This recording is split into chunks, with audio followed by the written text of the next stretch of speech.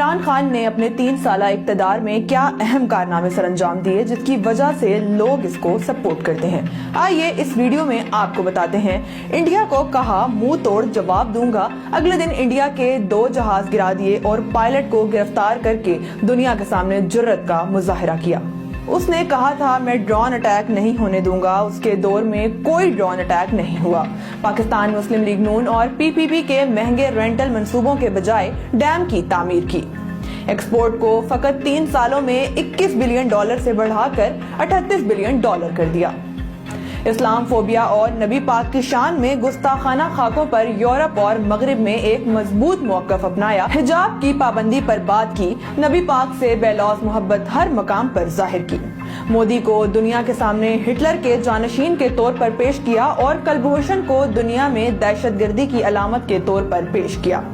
Recording میں ضائع کیے گئے $11 بلین جرمانے کو $9 ارب انویسٹمنٹ میں تبدیل کروا کے ملک اور قوم کی خدمت کی۔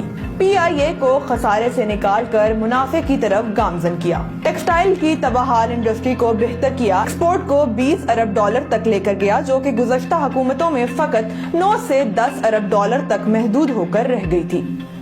Billion trees tsunami project launch کیا جسے عالمی سطح پر بے پناہ پذیرائی ملی، جس کے تحت 2 بلین درخت لگائے جا چکے ہیں، جس نے عالمی سطح پر کلائمیٹ تبدیلی میں اہم کردار ادا کیا۔ کئی سالوں بعد کسان دوست پالیسی کی وجہ سے گندم، چاول، کپاس اور گنے کی شاندار فصلیں ملی جو کہ گزشتہ ادوار میں بہت کم ہو چکی تھی۔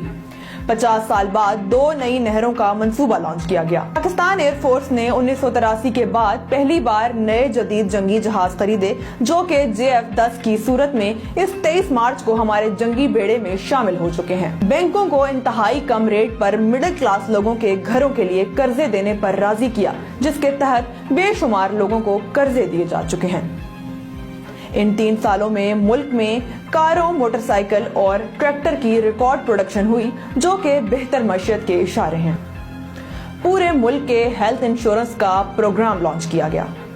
70 سالوں میں پہلی بار ایک نصاب تعلیم کو رائج کر کے غریب اور امیر کی تقسیم کر دی۔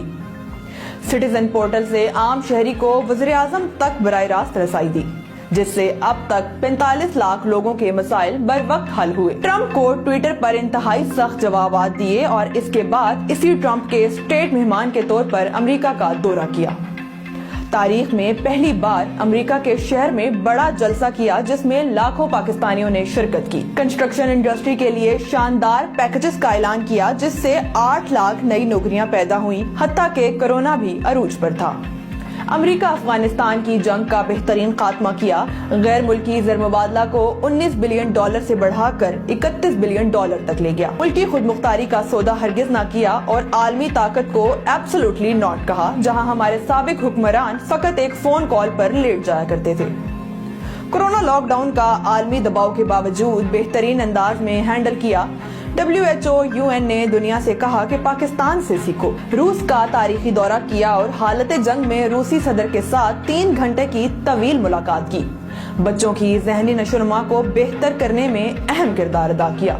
پاکستان میں سیاحت کے فروغ کے لیے مختلف کام کیے۔ ڈسکور پاکستان چینل بنایا، سکردو انٹرنیشنل ایئرپورٹ کا قیام بھی ان میں سے چند ایک ہیں۔ IT سیکٹر نے 100% ترقی کی جس کی ایکسپورٹ کا حجم $2 بلین تک پہنچایا۔ صحافیوں اور چینلز کی خرید و فروخت میں ملوث نہ ہوا۔